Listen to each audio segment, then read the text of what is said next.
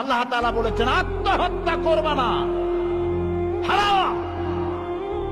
যে ব্যক্তি আত্মহত্যা করে তার জানাজা কোন আলেম তার জানাজা পড়াবে না। সামান্য সলিমুদ্দিন কসিমুদ্দিন জাতীয় কয়েকজন লোক যাবে, আর একটা মুয়াজ্জিন জানাজা পড়ায় কবরে ধুয়ে দেবে। বড় জানাজা হবে না, বড় আলেম জানাজা পড়াবে না, যেহেতু সে জাহান্নামে যাবে। আত্মহত্যাকারী কোথায় যাবে?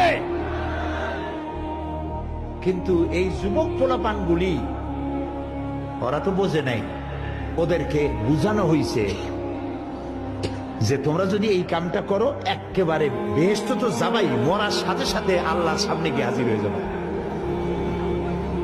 আপনারা ক্যারাম বোর্ড খেলা নিশ্চয়ই দেখেছেন অনেকে। আর ভাই কইতে লজ্জা কি, আমিও তো খেলছি ছোটবেলায় ক্যারাম বোর্ড খেলা। এটা কি কোনো গুনাহ নাকি?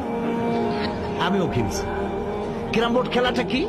বোর্ডের উপরে কতগুলি এরকমের গুটি থাকে, একটা থাকে লাল, ঠিক না?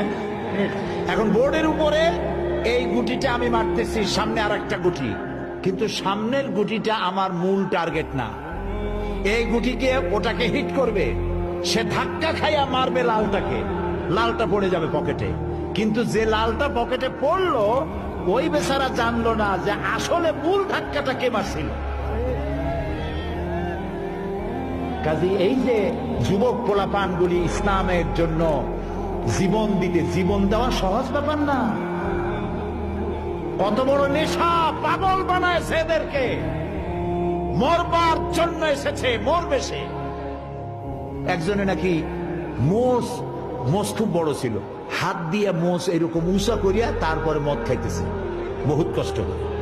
তারপরে লোকেরা বললো তো তুমি এত কষ্ট করে মদ খাইতেছো কেন, হাত দিয়ে মোষ এত উঁচা করে? কয় যে ওলামাদের কাছে শুনেছি কিছু পান করার সময় মোষ ভিজলে তা নাকি মকরু হয়। ও খাইতেছে কিন্তু মকরুর ভয় করতেছে।